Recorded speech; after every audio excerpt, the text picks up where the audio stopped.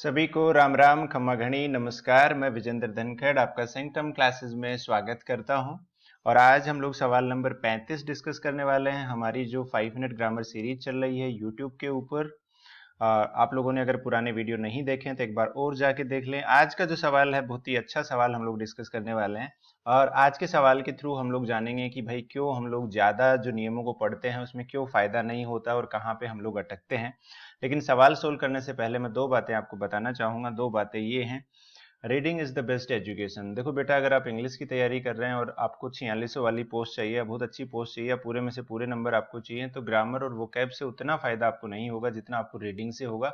Reading में आपको ना केवल इंग्लिश में फायदा होगा बल्कि इसके अलावा भी और बहुत सारे फायदे आप लोगों को होंगे।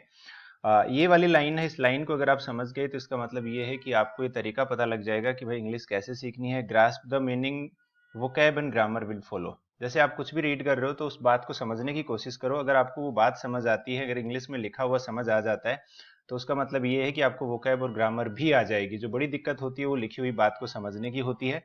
आप लोगों को एक और थोड़ी गुजारिश मैं यहाँ पे करूंगा कि ये जो सीरीज अपनी चल रही है, इस सीरीज में काफी सारे सवाल हम लोगों ने डिस्कस किए हैं, 34 किए हैं, आज 35 कर रहे हैं।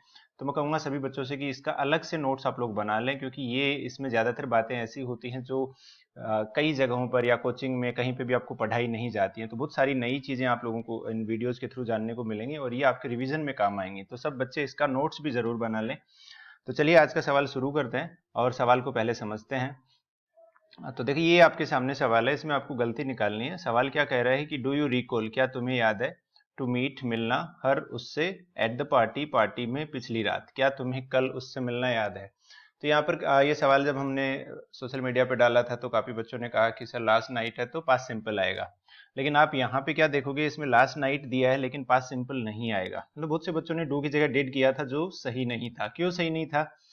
यहाँ पे देखो, हम लोग पढ़ते हैं कि लास्ट नाइट आता है, यस्टरडे आता है, या फिर ऐसा कुछ भी पास्ट की कुछ इवेंट आती है तो हम उसमें पास्ट टेंस का यूज करते हैं। ये बात सही है, इसमें कुछ गलत भी नहीं है, लेकिन उससे पहले हमें उस सवाल को समझना भी होगा। हमें ये भी देखना होगा कि उस सवाल का जो सेंस है वो यहाँ पे क्या कह रहा है। अगर उसका सेंस प्रेजेंट का है तो हम उसे प्रेजेंट में भी यूज कर सकते हैं। सवाल में क्या कह रहा है, डू यू रिकॉल, क्या तुम्हें याद है, उससे मिलना, जो तुम पार्टी में मिले थे पिछली रात, क्या तुम्हें अब वो बात याद है। तो देखिए, यहाँ पे ये बात जो कहना चाह रहा है कि क्या तुम्हें वो बात याद है, अब याद है, तो अब के सेंस से हम इसे रिलेट कर सकते हैं, जोड़ सकते हैं। तो ये वाली बात, लास्ट नाइट पिछली रात कोई घटना हुई थी लेकिन याद है उसको रिकॉल करना, वो अब के लिए हम लोग जिक्र कर रहे हैं।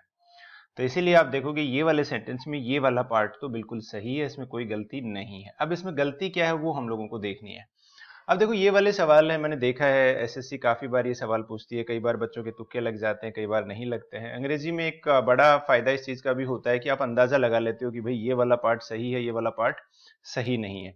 लेकिन अगर आपको उसका मतलब भी पता हो, उसका असली रीजन या असली कारण भी आपको पता लग जाए तो फिर और भी मजा आ जाए। तो यहाँ पे क्या होगा कि हमारे पास चार तरह की चीजें होती हैं बेटा। पहले तो आप ये देखो कि एक इन्फिनेटिव होता है। इन्फिनेटिव हम लोग बोलते हैं 2+V1। और दूसरा होता है जीरेंड। इनके सवाल जब भी आते हैं तो स्टूडेंट के लिए मुश्किल ही पैदा करते हैं। ये इन्फिनेटिव और जीरेंड के जो टॉपिक हैं बहुत अच्छे टॉपिक हैं, अच्छे से पढ़ना चाहिए। इसमें अपने पास चार कंसेप्ट होते हैं। वो चारों कंसेप्ट मैं आपको नहीं पढ़ाऊंगा आज, यहाँ पे थोड़ा सा पढ़ाऊंगा आज के सवाल से जुड़ा हुआ, और इन चारों में से एक जो कंसेप्ट है वो आपका बड़े अच्छे से कवर हो जाएगा। इसमें क्या होता है कि कुछ वर्ब ऐसी होती है बेटा जिनके बाद केवल इन्फिनेटिव आता है, मतलब अपने पास फिक्स हो जाता है। आगे एक ऐसा सवाल आएगा जिसमें इन्फिनेटिव वाला होगा।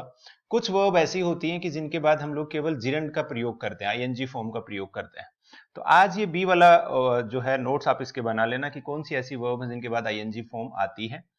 तीसरे नंबर पे हम लोग देखेंगे कि कुछ ऐसी वर्ब होती हैं जिनके बाद दोनों आप यूज कर सकते हो। भाई आपका मन करे तो 2+V1 यूज कर लो, या आईएनजी फॉर्म का यूज करे तो वो यूज कर लो। चौथा अपने पास ये रहता है कि कुछ वर्ब के बाद हम लोग इन्फिनेटिव भी यूज कर सकते हैं और आईएनजी फॉर्म भी यूज कर सकते हैं। अब आप कहोगे सर सी और डी तो एक जैसे हो गए। एक जैसे नहीं हुए बेटा, इनमें डिफरेंस ये है कि इनमें दोनों का इस्तेमाल कर सकते हो और मीनिंग जो है वाक्य का एक समान रहेगा। नीचे वाले में क्या होता है, दोनों इस्तेमाल करोगे तो मीनिंग जो है वो अलग अलग हो जाएगा, मतलब एक ही मीनिंग नहीं रहेगा वहां पे। तो ये इतना सारा कॉन्सेप्ट होता है जो आपको हर एक स्टूडेंट को समझ आना चाहिए, फिर अच्छी प्रैक्टिस होनी चाहिए, तब जाके ये अपना इन्फिनेटिव जीरंड जो है इसका टॉपिक आपका क्लियर हो पाता है। हालांकि ये आज हम लोग कर रहे हैं बी वाला, ए वाला हम लोग अगली क्लास होगी उसमें करेंगे। काफी हद तक हम इसे कवर करने की कोशिश करेंगे। तो आप भी इस वीडियो में इस बात को समझना कि मैंने यहाँ पे बताया कि कुछ वर्ब ऐसी होती हैं जिनके बाद जीरेंड आता है। भाई अगर इन्फिनेटिव या जीरेंड में से चूज करना हो तो जीरेंड आएगा। उनमें से एक वर्ब अपने पास ऐसी है रिकॉल। तो रिकॉल के बाद क्या है, टू मीट जो दिया है ना बेटा, ये गलत है। इसकी जगह पे हम लोग क्या करेंगे, मीटिंग का प्रयोग हम लोग करते हैं। डू यू रिकॉल मीटिंग हर? क्या तुम्हें उससे मिलना याद है पार्टी में कल रात? तो देखो ऐसी बातें कौन ही भूलता होगा, नहीं? चलिए आगे बढ़ते हैं। ऐसी और जो वर्ब हैं वो हम लोग देखेंगे। ऐसी कौन सी वर्ब है जिसके बाद आईएनजी फॉर्म आती है, और ये सवाल कई बार आपका पूछा भी गया है। जैसे हम लोग देखेंगे रिकॉल के बाद देखा हमने, रिस्क के बाद कीप, फिनिश, एंजॉय। एंजॉय वाला तो बहुत ही इंपॉर्टेंट है, एंजॉय का सवाल तो आता ही रहता है। रिकमेंड, डिनाई, एडमिट, इनका भी सवाल आता है। एडमिट करना, डिनाई करना। फैंसी होता है कल्पना करना। इमेजिन होता है सोचना कल्पना करना। एप्रिसिएट होता है। रिकमेंड एक बार फिर लिख दिया है। डिसलाइक एक वर्ड और आया। तो ये वर्ब अपने पास है जिनके बाद हमेशा क्या आएगा, जीरेंड आएगा। जैसे मैं अगर एक आध एग्जाम्पल दिखाऊं अपने पास, ही एंजॉयज, है ना? तो मैंने लिखा ही एंजॉयज टू म्यूजिक, कि उसे म्यूजिक जो है वो पसंद है। अब आपके पास ऑप्शन आया कि टू लिसन, या फिर अपने पास आया कि लिसनिंग। तो हम लोग कौन सी चीज को आंसर करेंगे बेटा? लिसनिंग को। ही एंजॉयज लिसनिंग टू म्यूजिक। तो यहाँ पे क्यों आएगा? क्योंकि एंजॉय वर्ब के बाद हमेशा जीरेंड आता है। इस तरह से एक और एग्जांपल देखते हैं हम लोग। ही फिनिश्ड, कि उसने फिनिश कर दिया। और क्या फिनिश कर दिया? The book. तो अपने पास आप देखोगे फिनिश्ड, ऑप्शन रीडिंग, और दूसरा ऑप्शन हो जाएगा टू रीड। तो हम लोग इसमें से कौन सा ऑप्शन चूज करेंगे? रीडिंग वाला, क्योंकि फिनिश के बाद क्या आता है? जीरेंड आता है। तो यही बात अपने को याद रखनी है कि recall, risk, keep, finish, enjoy, recommend, deny, admit, fancy, imagine, appreciate, recommend, dislike. और मैं कहूँगा आप लोग इनके नोट्स अगर आप बनाते हैं तो आपको और अच्छे से याद रह पाएंगी चीज़ें। और साथ ही साथ मैं आपको एक और बात यहाँ पे बताना चाहूँगा बेटा, कि अगर आप एसएससी सीजीएल के अंदर 135 नंबर का जो पेपर होता है उसमें 125 प्लस अगर आप लाना चाह रहे हैं, तो इसके लिए हम लोगों ने एक टेस्ट सीरीज बनाई है। वो टेस्ट सीरीज है 100 टेस्ट की है, जिसके अंदर 100 टेस्ट हैं आपके। जैसे अभी 45 सवाल आते हैं तो 4500 सवालों की प्रैक्टिस आपकी हो जाएगी। अभी से आप उसकी तैयारी शुरू करते हैं तो आप लोगों की एक बहुत अच्छी तैयारी आपके एग्जाम तक जाते जाते हो जाएगी। तो ये टेस्ट सीरीज आपको अवेलेबल है सेंटम क्लासेस की मोबाइल ऐप पर। तो आप ये सेंटम क्लासेस में जा सकते हैं और वहां से इस ऐप को डाउनलोड कर सकते हैं। किसी भी तरह का कोई डाउट आए और आप रेगुलर अपडेट से अगर जुड़ना चाहो, हम लोग फोटोज भी प्रोवाइड करवाते हैं, पीडीएफ भी प्रोवाइड करवाते हैं। रेगुलर कंटेंट आप लोगों को फ्री भी मिलता है।